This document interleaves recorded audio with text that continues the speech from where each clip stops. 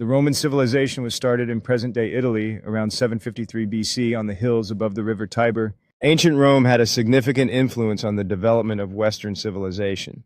Roman law had become the foundation for the legal systems of most countries in Western Europe and Latin America. Roman roads, bridges, and aqueducts served as a model for engineering. Ancient Romans built public baths and amphitheaters, outdoor arenas.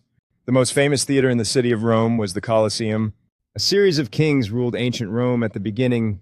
The Roman Republic was established in 509 BC after the Roman nobles overthrew the king. Two elected officials called consuls headed the government of the Republic. A consul served for only a year. The Senate was the most powerful government body of the Roman Republic, and senators served for life. The Roman Republic lasted nearly 500 years until 27 BC. The Roman Empire was established after the Republic was destroyed by the 20 years of civil war. The empire lasted until Rome fell in 476 AD.